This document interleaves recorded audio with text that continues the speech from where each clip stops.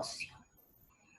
Como ustedes saben, el tejido óseo, que ya lo hemos nombrado, forma parte de los tejidos de sostén de nuestro organismo. Es el tejido más duro, es el tejido que ejerce más fuerzas y que está contrapuestos a diferentes tipos de leyes físicas, y además que colabora en numerosas funciones, no solamente en el movimiento, sino también en la protección de órganos, vísceras, sistemas y aparatos.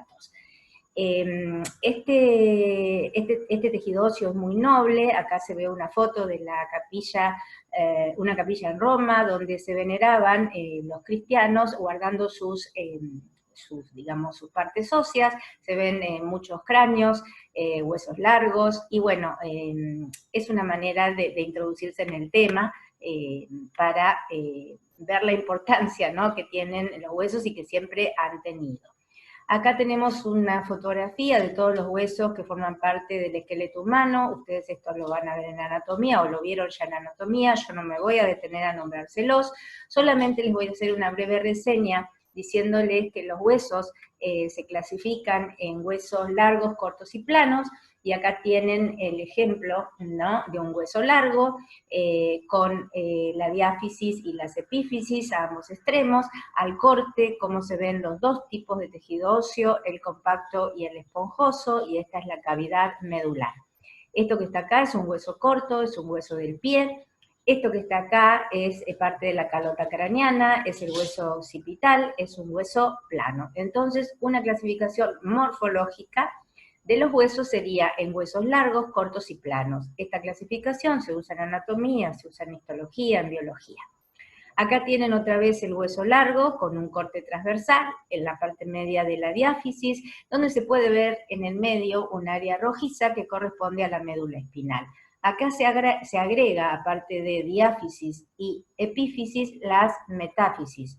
Las metáfisis son las zonas donde normalmente se encuentra el cartílago de crecimiento, que es cartílago hialino, que después de los 21 años empieza a desaparecer y a ser ocupado por tejido óseo maduro. Bien, cuando nosotros hablamos de hueso no es lo mismo que hablemos de tejido óseo, y esto lo quiero decir claramente porque hay preguntas capciosas a veces que se hacen en los parciales, donde a ustedes se les pregunta cómo está formado el tejido óseo y cómo está formado el hueso. ¿Es lo mismo decir cómo está formado el tejido óseo y cómo está formado el hueso? No. ¿Por qué? Porque el hueso posee 4 tipos diferentes de tejidos. Estos 4 diferentes tipos de tejido son todos derivados del tejido conectivo, pero son diferentes. Entonces, si yo hablo de tejido óseo, me refiero solamente al tejido óseo compacto y al tejido óseo esponjoso. Pero si yo hablo de hueso, me refiero a, primero, yendo de afuera hacia adentro, al periósteo. ¿El periósteo qué tejido es? Es tejido conectivo denso. Si yo saco el periósteo, que es una lámina brillante que está firmemente adherida al tejido óseo, me encuentro con esta parte que está pintada de amarillo, que es el tejido óseo compacto, ¿sí? Después de este tejido óseo compacto, me voy a encontrar con el tejido óseo esponjoso.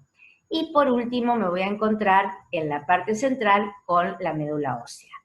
Entre la médula ósea, que es tejido hemocitopoyético, o sea, formador de células de la sangre, me voy a encontrar vuelvo a repetir, la médula ósea y el tejido esponjoso óseo con el endostio.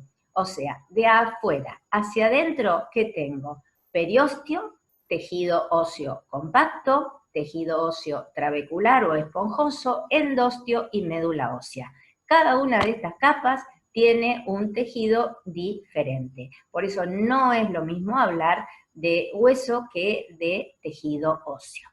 Acá tenemos un corte transversal donde se ve nuevamente ¿qué cosa? El tejido óseo compacto y el tejido óseo esponjoso. En el medio queda el espacio para la médula ósea. Acá hay otro corte, en vez de ser transversal, es longitudinal, donde ustedes ven otra vez tejido óseo compacto, tejido óseo compacto, compacto, y en el medio tejido óseo trabecular o esponjoso, y acá esta cavidad es la que está ocupada por la médula ósea. Otra vez lo mismo, para que fijen lo que es el tejido óseo compacto y el tejido óseo esponjoso, y acá fíjense en las epífisis lo que se ve es que hay predominancia de tejido óseo esponjoso. El tejido óseo compacto, que viene de la metáfisis, viene subiendo, y una vez que llega a la epífisis se hace cada vez más delgadito. Esta característica es normal. Es lo que se ve en un hueso que tiene un tejido óseo maduro. ¿Entendido? Cuando nosotros hablamos de hueso en general, hablamos del tejido óseo, ya se los dije. Pero ojo con la pregunta capciosa de cómo está formado el hueso y cómo está formado el tejido óseo. El tejido óseo, como tejido de sostén, como es un tejido conectivo, vamos a tener que hablar siempre de células y de componentes extracelulares, o células y matriz extracelular. Cuando el hueso se va formando, pasa por dos etapas de crecimiento. Una etapa inmadura, que se la llama etapa de entretejido, donde se ven células, en su mayoría, de componentes fibrolácticos y componentes fibrosos que están desordenados. Es un tejido blando cuando está inmaduro. Pero posteriormente ese ese tejido fibroso se va compactando y va formando masas de láminas que se llaman laminillas óseas. Esas masas o láminas, laminillas óseas, forman lo que vamos a llamar el tejido maduro o tejido laminar. Este tejido va a tener entonces dos partes, una parte ósea compacta y una parte ósea esponjosa. Este sería el resumen. El hueso inmaduro, ¿qué tiene que hacer? Ordenarse, remodelarse en láminas. Las láminas se hacen compactas y forman las laminillas óseas. Y luego se diferencian formando el tejido óseo esponjoso y el tejido óseo compacto. Acá tenemos cómo son las laminillas óseas. Las laminillas óseas en realidad están formadas por la unión de varios osteocitos que se disponen en forma circular alrededor de un vaso sanguíneo. Esta disposición arquitectónica es perfecta y es lo que le da la estructura maciza y de fuerza al hueso.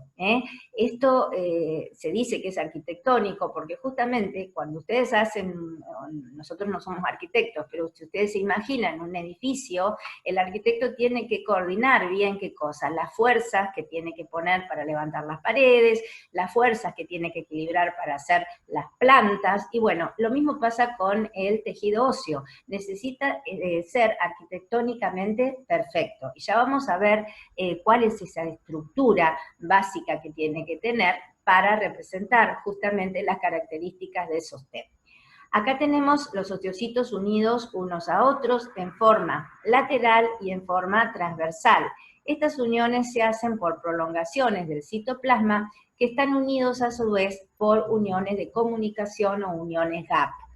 Estas uniones gap, que ustedes las vieron cuando vimos epitelios, son las mismas, pero en este caso facilitan la comunicación entre los osteocitos y el pasaje de sustancias de osteocitos en forma lateral y en forma transversal. Bien, les dije que había una matriz y que había células. Las células son estos 5 tipos que tenemos acá. Las células que forman parte del tejido óseo son, en primer lugar, las células osteoprogenitoras, en segundo lugar, los osteoblastos, en tercer lugar, los osteocitos, y en cuarto lugar, las células de recubrimiento, o también llamados osteocitos de superficie. Y por último tenemos los osteoclastos. Son 5 tipos celulares, todas son de origen mesodérmico, pero hay que hacer una diferenciación. ¿Cuál es la diferenciación? Esta que ven ustedes acá. Tanto las células osteoprogenitoras, que son los osteoblastos, que después se transforman en osteocitos y en células de recubrimiento, como la célula mesenquimática que les da origen, todas tienen origen mesodérmico, ¿no es cierto? Pero, por otro lado, yo tengo los osteoclastos. Los osteoclastos son unas células especiales que tienen actividad macrofágica. Entonces, su origen, si bien está dentro del mesodermo, no es el mismo que las células osteoprogenitoras. ¿Por qué? Porque los osteoclastos se originan de la unidad de colonias formadoras de granulocitos y monocitos que se encuentran en la médula ósea. Entonces, el origen es distinto. El origen del osteoclasto sería el origen en la médula ósea y a partir de la unidad formadora de colonias de granulocitos y monocitos. Ahí estarían los osteoclastos, mientras que las osteoprogenitoras son de origen mesenquimático y mesodérmico directo y desde ahí se diferencian. Primero van a tener la línea formadora de fibroblastos, recuerden, y después el fibroblasto, que es la célula madre del tejido conectivo, sufre transformaciones y va formando el resto de las células. ¿Entendido? Bien. Ahora, tenemos que pensar que si nosotros llegamos a tener una lesión, por ejemplo, en una fractura, supongamos, del miembro superior o miembro inferior, para tener una idea, tenemos que saber que estas células osteoprogenitoras que les acabo de nombrar pueden diferenciarse también en qué cosa, en fibroblastos, en condrocitos, en adipocitos, en células musculares y en células endoteliales. Fíjense qué importante, ¿por qué? Si ustedes producen una fractura, lesionan, por ejemplo, el endotelio vascular, lesionan el músculo esquelético, lesionan la grasa que puede estar rodeando todos estos tejidos, lesionan también la parte cartilaginosa, si es una diartrosis, por ejemplo, y obviamente el tejido conectivo. Entonces, todas estas células se van a diferenciar, porque todas son de origen mesodérmico, a excepción de no, está bien, como les dije, todas son de origen mesodérmico. A ver, ¿por qué? Quisiera que me expliquen por qué todas estas células son de origen mesodérmico en base a lo que hemos visto hasta el día de hoy.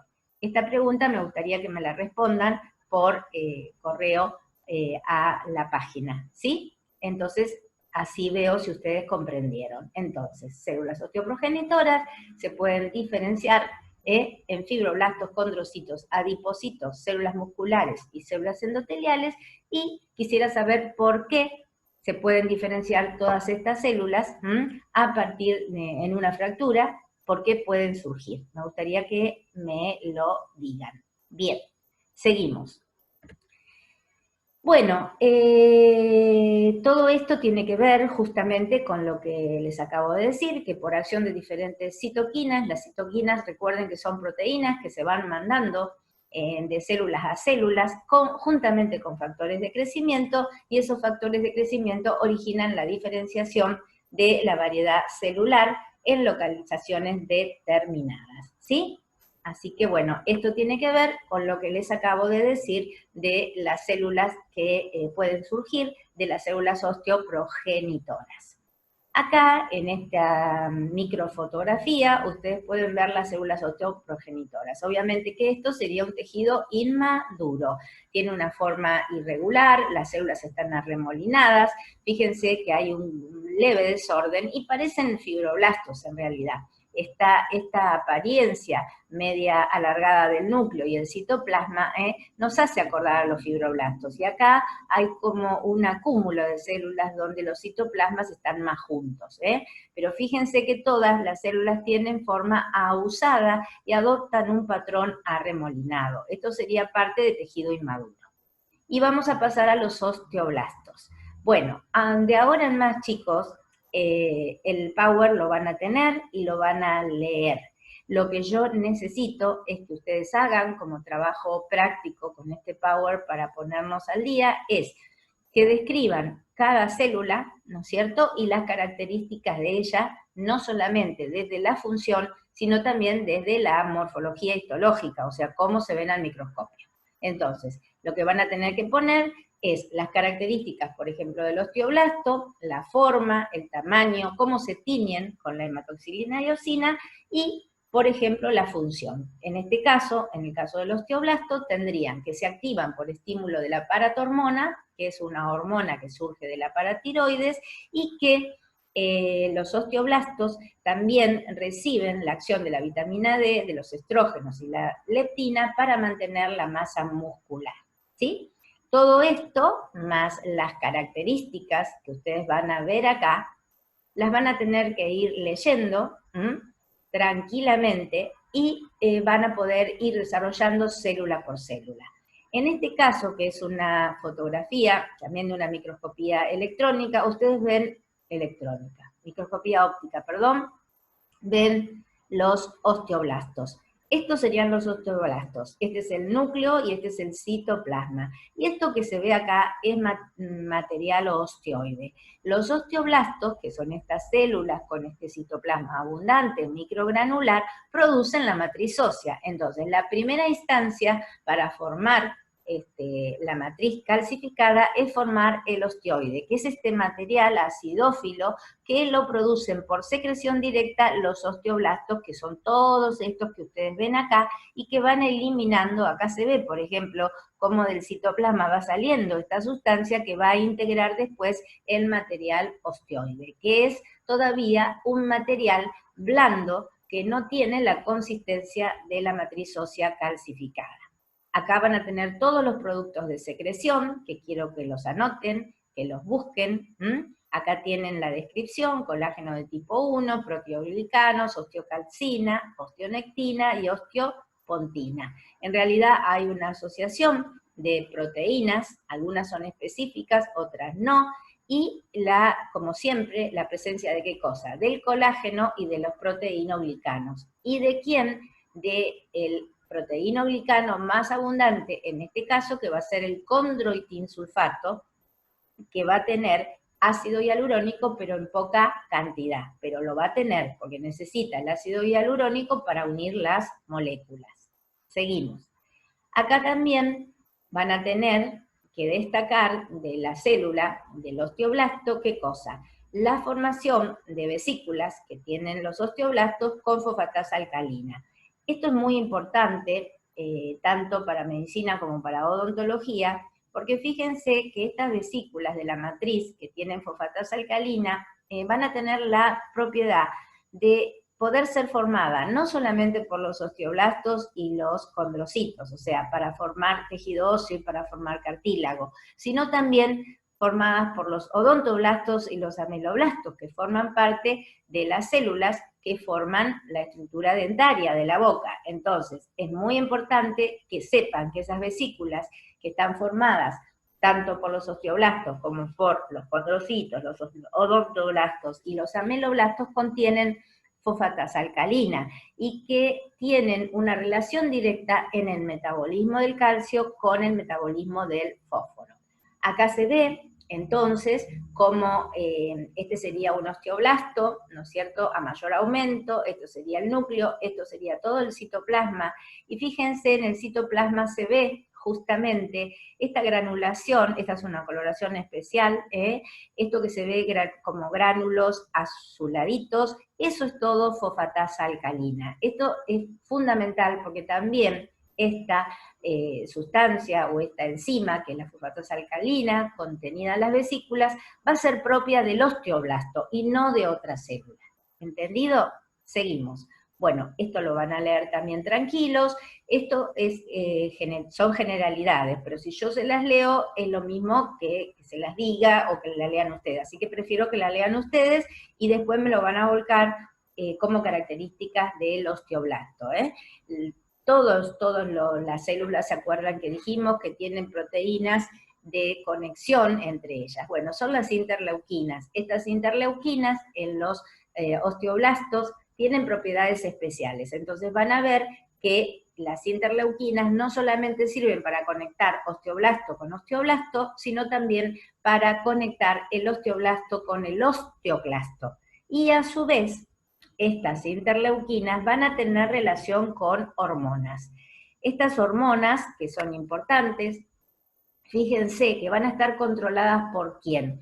Por esta, que es la somatotrofina. La somatotrofina es la hormona de crecimiento que es producida por la adenohipófisis. Es una hormona trófica. Entonces, al ser una hormona trófica y ser una de las glándulas principales la que la produce, ¿qué nos está diciendo? Que esta hormona puede controlar el desarrollo y el crecimiento, en este caso, de los huesos en el cuerpo humano, activando a su vez otras hormonas que tienen que ver con el desarrollo y crecimiento, como por ejemplo con el factor símil insulina y con el factor estimulante de los osteoblastos. Todo está desencadenado y todo está controlado por el sistema nervioso y el sistema endocrino, y acá tienen la prueba, otra de las tantas pruebas, ¿no? Seguimos. También los osteoblastos tienen factores para la transformación y el crecimiento específico. Esto tiene que ver básicamente con la relación que hay en los entre los osteoblastos y los osteoclastos, porque uno va a producir matriz y otro la va a reabsorber. Entonces, eso tiene que estar en perfecto equilibrio, porque si no, los huesos degenerarían en formas anatómicas anormales, no normales. ¿Entienden? Bien. Bueno, esto lo leen tranquilos y pasamos a los osteocitos. Pasamos entonces de los osteoblastos a los osteocitos. ¿Quiénes son los osteocitos? Se dice que es la verdadera célula ósea, porque una vez que se formó esas laminillas, ¿se acuerdan que vimos al principio? Estas.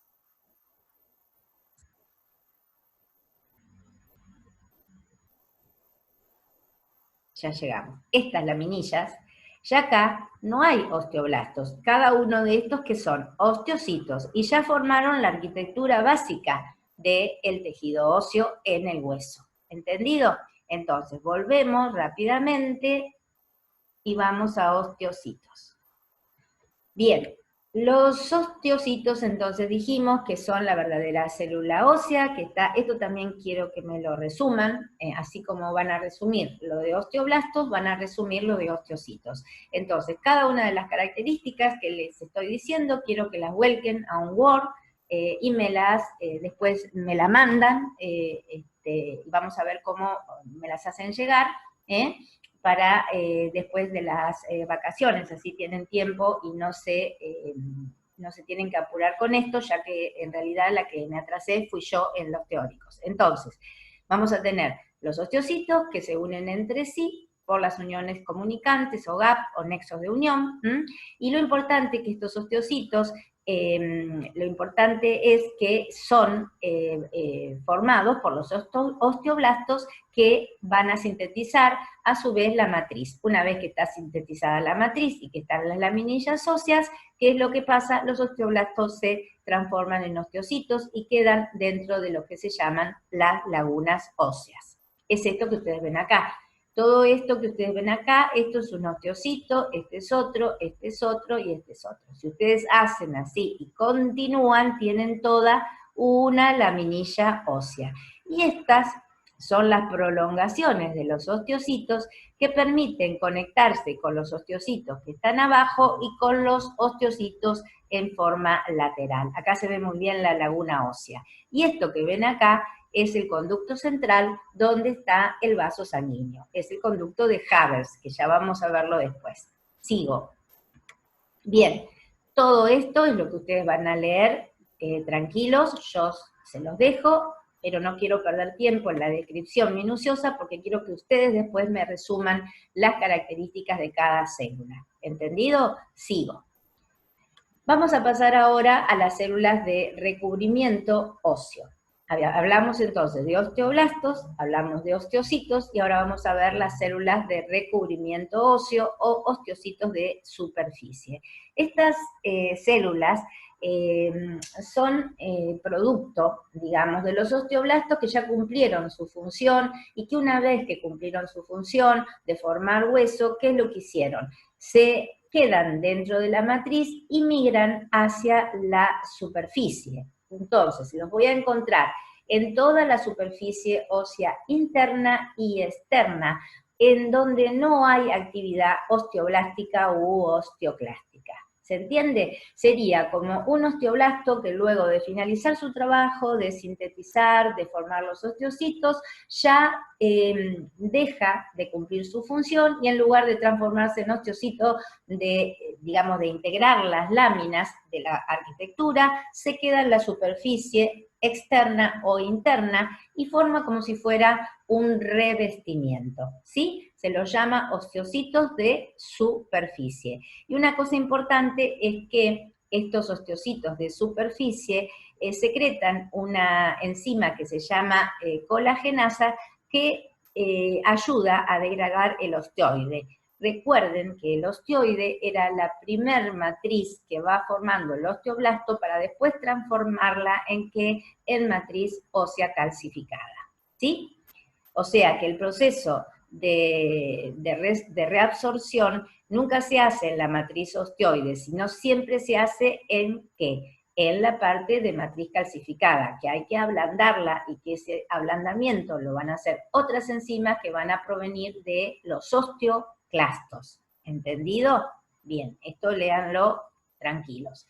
Acá se ve entonces otra vez una fotografía de una microscopía óptica a gran aumento, donde ustedes ven toda esta zona, ¿no es cierto?, que sería matriz, ¿no es cierto?, ósea, y en la parte superficial se ven estas celulitas alargadas. Estas células alargadas son los osteocitos de superficie, en este caso de superficie interna, porque acá se encuentra la médula ósea y esto que sería el endostio. El endostio que limita la zona del tejido óseo con la zona del tejido hemocitopoyético, o sea, ¿dónde se encuentra quién?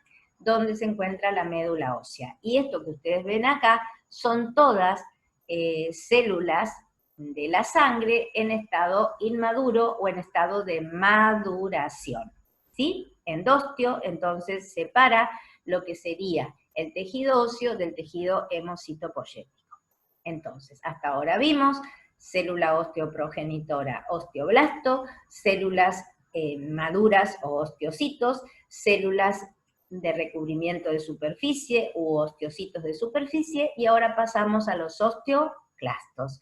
Bueno, como les dije al comienzo, los osteoclastos son células que provienen de la médula ósea, por eso en la primer fotografía, ¿cómo se los puse? Se los puse en rojo, y para recordarlo vamos a ir para atrás, y vamos a llegar a esto. Todo esto que vimos es todo el mismo origen, derivado directo de la célula mesenquimática, tejido conectivo, forma todas estas células. Pero esta, que también es de origen mesodérmico, pero se va a originar ¿de dónde? De la médula ósea, o sea, del tejido hemocitopoyético directamente, como una célula más de la unidad formadora de colonias, de granulocitos y monocitos. Recuerden que el monocito es un macrófago. Entonces, el osteoclasto, ¿qué va a hacer? Ya me lo tienen que responder. El osteoclasto va a ser un macrófago. Entonces, es muy importante esta célula y también es muy importante describirla desde la morfología. No es lo mismo ver un osteoblasto que ver un osteoclasto. Cuando ustedes tengan la suerte de ver al microscopio, se van a dar cuenta que el osteoblasto es una célula que tiene, como ya saben, un núcleo grande, un citoplasma granular, porque es el que va a formar toda la matriz calcificada, pero que tiene un solo núcleo. En cambio, la primera diferencia va a ser que el osteoclasto tiene hasta 50 núcleos y que es una macrocélula, o sea, no es una pequeña célula de 10 micras, tiene 150 micras de diámetro, entonces es imposible que uno se pueda confundir un osteoblasto con un osteoclasto, ¿sí? Pero una cosa importante les voy a decir. Esta célula, que es tan característica, tiene un sitio de ubicación, y ese sitio de ubicación tiene un nombre propio, se llama lagunas de Howship. Entonces, esa laguna que va a permitir, acá la ven, esto que está acá, esto es matriz calcificada, ¿no es cierto? Y esto que está acá es el osteoclasto. Fíjense que acá hay una cavidad. Esta cavidad se llama laguna de Howship, ¿sí? Y el osteoclasto se mete y queda anclado en esta zona. ¿Y qué es lo que va a hacer? Va a tratar de ir reabsorbiendo esto que está acá, que es matriz ósea, ¿sí? Fíjense que, bueno, acá no se ven los 50 núcleos, pero no se olviden que con el corte de la cuchilla ustedes pueden agarrar 10, 15, 5 núcleos. Los otros pueden estar a diferente nivel, pero saber que hay hasta 50 núcleos. O sea, si uno les pregunta qué característica fundamental de diferencia en la forma hay entre un osteoclasto y un osteoblasto, ustedes primero tienen que decir que uno es una célula de tamaño relativamente normal, hasta 10 micras. En cambio, el osteoclasto mide hasta 150 micras y tiene 50 núcleos como máximo. Entonces hay una diferencia abismal entre una célula y otra. Y aparte la propiedad que tiene de ubicarse en este sitio, que no lo hacen los osteoblastos. En este sitio está solamente el osteoclasto y se llama laguna de Howship. Y acá está la zona bien descrita, acá agregan la zona de sellado, y esto que tiene acá, que hace como un borde rugoso, que si ustedes lo ven acá y se lo imaginan un poquito, van a ver que hay como unas prolongaciones hacia afuera y se lo llama borde rugoso. A este nivel se van a liberar enzimas que van a ir degradando esta matriz calcificada. ¿Entendido? Bien. Todo esto que está acá es el proceso que realizan las enzimas que libera el osteoclasto para producir, ¿qué cosa? La acidificación del compartimiento y de esta manera permitir, ¿qué cosa? Que las enzimas que secreta el osteoclasto, que son todas enzimas, acá dice hidrolíticas, empiecen a reaccionar con una colagenasa, que ya vimos que estaba en este área de la matriz, y acá se realice lo que se conoce con el nombre de resorción ósea. Entonces, por favor, lean esto detenidamente y lo van poniendo como características del osteoclasto. Bien, acá otra vez más tienen, digamos, cómo se realiza el metabolismo para que estas enzimas actúen y una característica diferencial, así como dijimos que el osteoblasto tenía fosfatasa alcalina, el osteoclasto tiene fosfatasa ácida. Entonces tienen otra diferencia para hacer el cuadro de comparación entre un osteoblasto y un osteoclasto. Vayan poniendo las diferencias y así se las van a acordar, si no va a ser difícil para ustedes. Por eso les doy este trabajito de que me anoten célula por célula y las características. Vuelvo a repetir, no solamente de forma, sino también de función de cada una de las células. Sigo.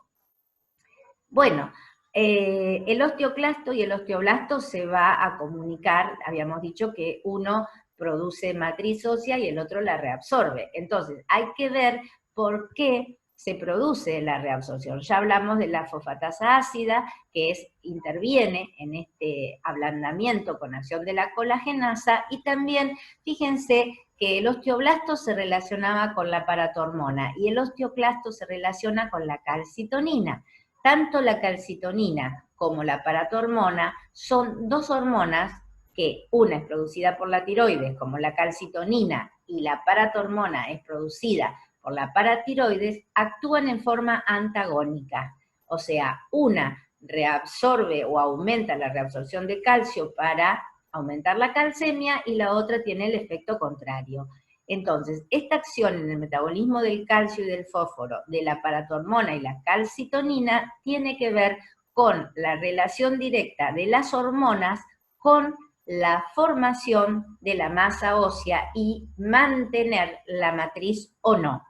¿Entendido? Según actúe la paratormona o según actúe la calcitonina. ¿Por qué? Porque una de las hormonas va a actuar sobre el osteoclasto, que reabsorbe hueso, y la otra hormona va a actuar sobre el osteoblasto, que forma hueso. ¿Entienden? Bien, seguimos. Acá tiene un hermoso cuadrito donde se ve justamente la reacción. Miren, entre los osteoblastos que están acá formando la matriz ósea. O sea, en primera etapa forman el osteoide y después se calcifica y forman la matriz ósea calcificada.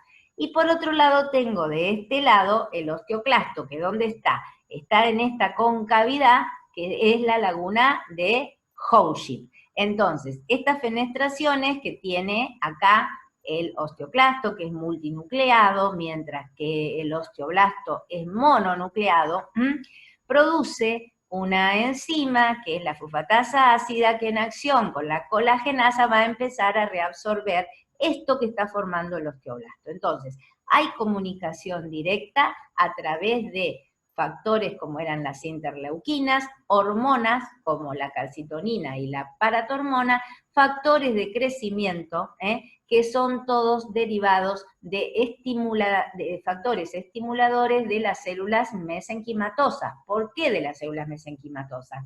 Porque las osteoprogenitoras son derivadas del mesodermo, o sea, son mesenquimáticas. Toda esta línea es derivada del mesénquima en forma directa a través de las células osteoprogenitoras. En cambio, esta no. ¿De dónde venía? De las células de la médula ósea, de la unidad formadora de colonias, de los granulocitos y los monocitos. ¿Por qué? Porque el osteoclasto es un macrófago. Vean con detenimiento este cuadrito, fíjenselo, dibujen, hagan lo que quieran, pero acá tienen la relación directa entre las dos células, y no solamente eso, sino que a su vez la relación a través de las interleuquinas, los factores de crecimiento y las hormonas. Bien, y acá tenemos un pequeño cuadrito donde se ve arriba un corte de hueso en forma transversal, donde estaría el tejido óseo compacto y el tejido óseo trabecular. ¿Qué faltaría decir acá? Que acá tengo el periósteo, acá adentro tengo el endostio y acá tendría la médula ósea. Bien, acá tiene una figura del osteocito, que es el que mantiene el tejido óseo, es la célula que ya quedó formando la laminilla ósea. Acá tenemos el osteoblasto, que es una célula osteoprogenitora, o sea que forma matriz ósea. Acá está la predecesora de esta y de esta a su vez, y acá tenemos el osteoclasto, que es una célula entonces que tiene actividad macrofágica y que se origina de la médula ósea. Bueno, y ahora vamos a ver las características del tejido compacto, entonces, ¿qué es lo que ustedes tienen que describir acá? En cuanto, hasta acá terminamos con las células, o sea, lo que yo quiero que me hagan, y me lo manden, lo hagan en un Word, o sí, lo pueden hacer en un Word o en un PowerPoint, no importa, el asunto que a mí me llegue a través del correo privado, me lo pueden mandar, el trabajo que ustedes hicieron de cada célula. Bien, vamos a seguir con el tejido óseo compacto. Yo les hablé hoy que había una arquitectura. Esta arquitectura es lo que ustedes están viendo, es como si estuviéramos viendo un edificio, ¿no es cierto? Entonces, este edificio tiene una estructura básica y a su vez tiene elementos que van comunicando, ¿qué cosa? La parte exterior del edificio con la parte interior del edificio. Partes, estructuras que lo van a recubrir, y a su vez va a tener una, digamos, plataforma que tiene una estructura determinada y una plataforma interna que tiene otra estructura, pero que el origen de toda estructura es la misma, o sea, si yo hago un edificio, a todo le pongo cemento con ladrillos. Bueno, acá tengo matriz y células, ¿sí? Bien, entonces, ¿qué es lo que tengo que describir acá yo? En primer lugar, que si yo hago un corte, ¿no es cierto?, del tejido óseo, acá faltaría obviamente el periósteo, ¿no es cierto?, me voy a encontrar de afuera hacia adentro con las laminillas circunferenciales externas. Estas laminillas circunferenciales externas, ustedes ya saben que son osteocitos unidos unos a otros en forma longitudinal y en forma transversal y en forma horizontal. Bien, si sigo las laminillas, que ya las vimos, me voy a encontrar adentro con estas estructuras circulares, que sería una esta, otra. Esta es básica para la histoarquitectura del tejido óseo en el hueso compacto. Se llaman ostionas y que tienen en el centro vasos sanguíneos que se llama sistema de Havers y que contiene el conducto de Havers, ¿sí? O sea, laminillas óseas que se disponen primero en forma circunferencial y después formando esta estructura redondeada con un vaso central que corresponde al sistema de Haber con el conducto de Haber en su parte central. Esa sería la unidad histoarquitectural que tiene el tejido óseo. Bien, si yo miro de afuera a adentro, entonces estas estructuras se repiten muchas veces y todos los osteocitos que forman las laminillas están comunicados por nexos, como vimos en la primera fotografía. ¿Qué pasa cuando llego a la parte más interna del corte? Me voy a encontrar con estas laminillas que van a delimitar lo que sería el tejido óseo compacto del tejido óseo esponjoso o trabecular.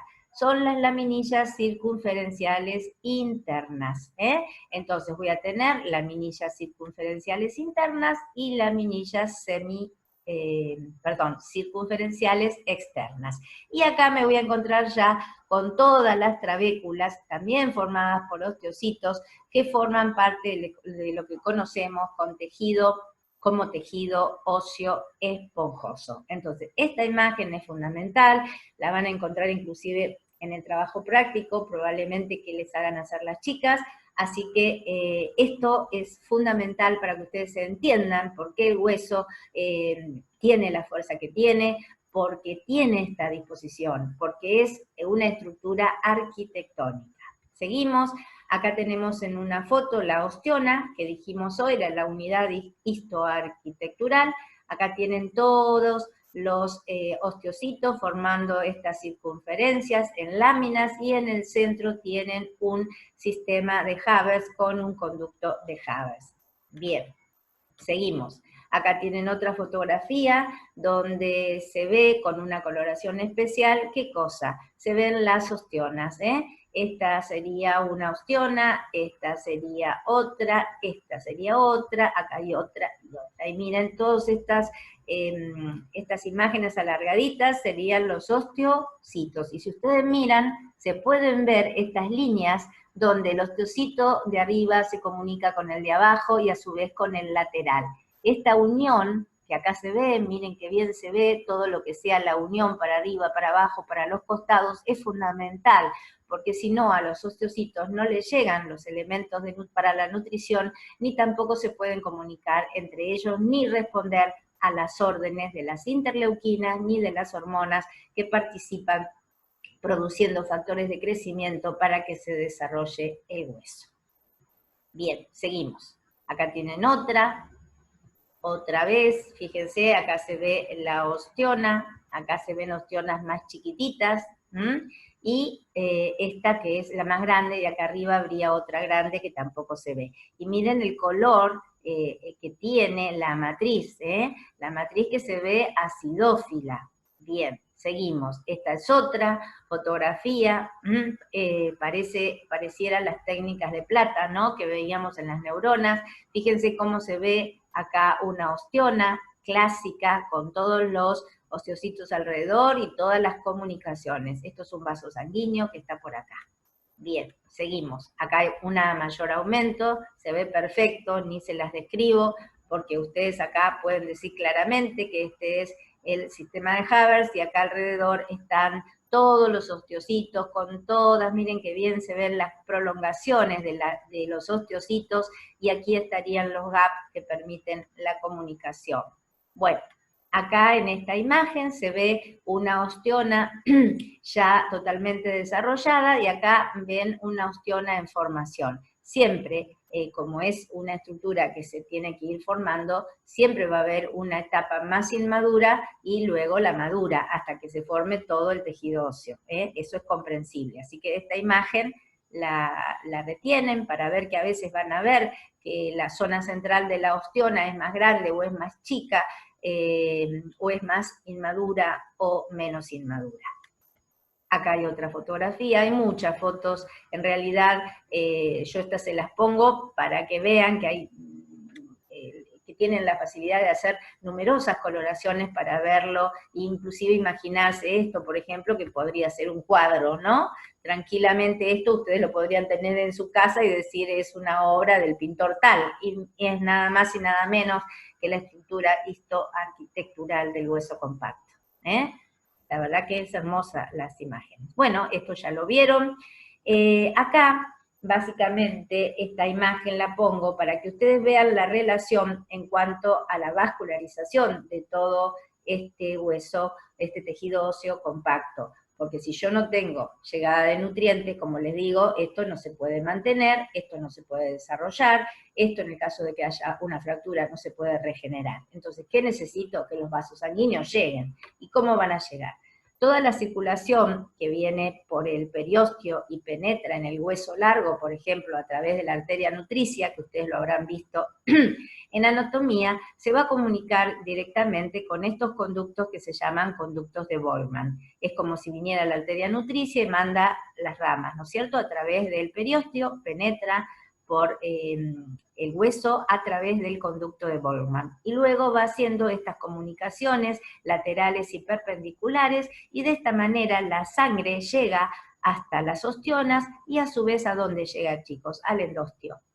Porque es fundamental, no se olviden que acá ustedes que van a tener todo el hueso trabecular, o el tejido óseo, perdón, trabecular, revestido por el endostio, porque acá ya vendría, ¿qué cosa? La médula ósea. Entonces yo tengo un pasaje de sangre con nutrientes desde la periferia del hueso, que penetra por la arteria nutricia, hasta el interior para llegar al endostio y de esa manera comunicarse ¿con quién? Con la médula ósea.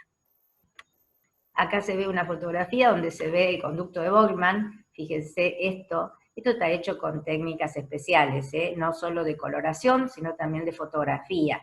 Pero son tan lindas que por eso se las pongo. ¿Ven? Acá tienen el conducto de Boltzmann, que de dónde a dónde iría, desde la superficie externa, en este caso, a la superficie interna. Bien, acá se ve las laminillas circunferenciales externas. Fíjense que acá, esta sería una osteona, ¿la ven? Acá hay una osteona, acá hay otra, ¿sí? Este sería el conducto de Haber. Pero esto son todos láminas de osteocitos, ¿los ven? Uno al lado de otro, uno al lado de otro. Lo que no se ve bien acá, ¿qué es? Las uniones laterales y superiores e inferiores con respecto a otros osteocitos, pero todo esto son láminas de osteocitos, láminas en este caso circunferenciales externas, que se van a relacionar con las osteonas, que van a estar ya formando parte específica del tejido óseo compacto. Bueno, y acá tenemos el tejido esponjoso.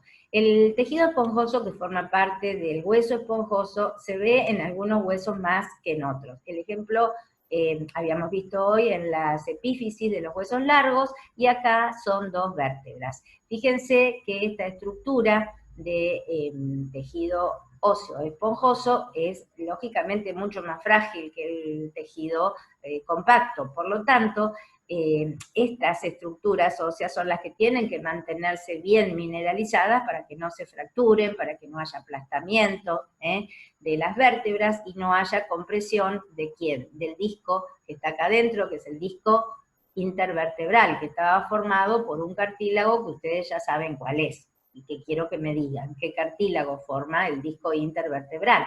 Bien, segunda pregunta que les hice, después quiero que me las contesten, ya llevo dos.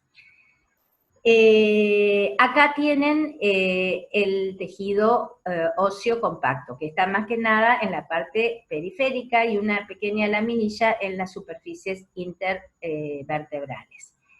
Es importante que haya esta estructura y que no empiecen a aparecer estas hendiduras, porque acá, ¿qué quiere decir? Que se han roto partes de las trabéculas de la vértebra, ¿no es cierto? Entonces, esto puede originar esta pequeña disminución, ¿ven? Del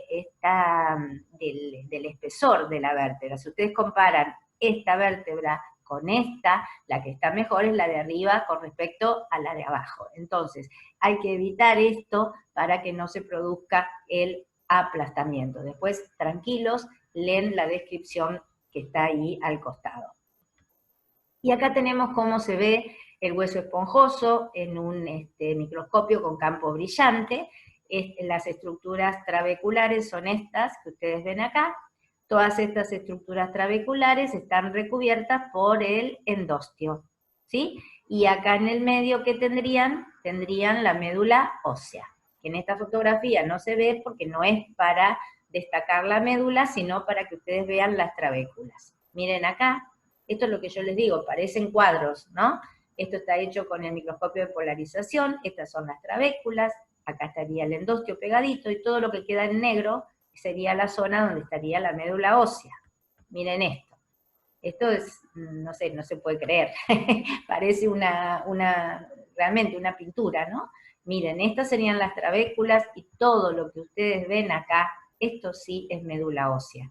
Médula ósea que tiene grasa, tejido adiposo, y todos estos puntitos azules son las colonias de células o unidades formadoras de colonias de células que van a formar las células de la sangre, la serie roja y la serie blanca. Bueno, y acá llegamos a una fotografía de un libro, que la pueden encontrar en un atlas, donde si nosotros miramos el ejemplo, nos vamos a encontrar que en una primera parte, digamos en la parte superior de la fotografía, me voy a encontrar con tejido conectivo.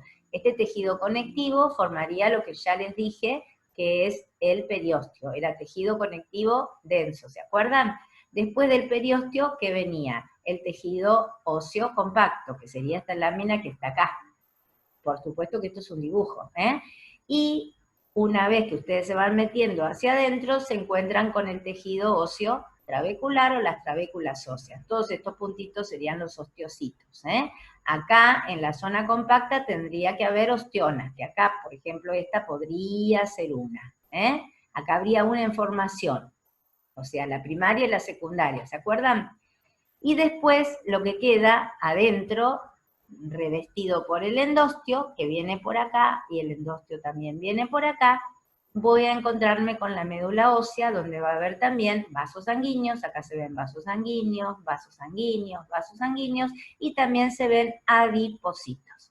Toda esta médula ósea, entonces, es la responsable de la formación de las células de la sangre.